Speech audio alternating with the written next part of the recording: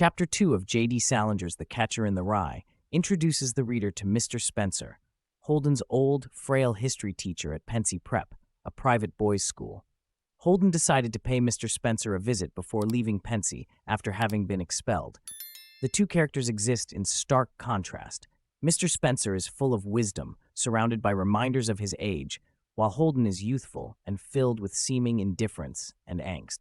In this chapter, Salinger takes time to show Holden's thoughts as he interacts with Mr. Spencer.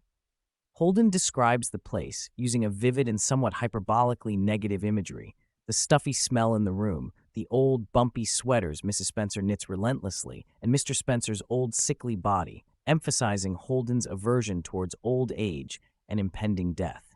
Holden is especially put off by Mr. Spencer picking up Holden's exam paper and reading his flippant, non-serious answer to the history question aloud, a clear indication of his failing grades.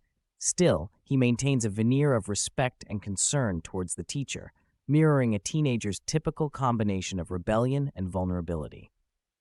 Meanwhile, Mr. Spencer talks about the principle of life, trying to teach Holden the most valuable lesson of understanding one's responsibilities. Mr. Spencer is clearly disappointed with Holden's attitude and negligence towards schoolwork and held attempts to discipline him. He reminds Holden of life outside school, pointing out that life is a game that one needs to play by the rules. This, however, receives a critical internal response from Holden, who asserts that life is only a game if you are on the right side, thereby subtly touching upon his issues with privilege and hypocrisy in society.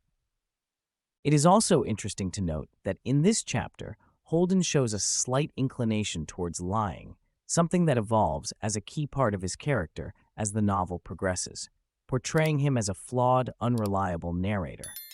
Overall, this chapter serves as a revealing portrait of Holden's negative views about adulthood, his inability to connect meaningfully with the world, and his apprehensions about the future, giving us an indication of his future rebellions and troubled state of mind.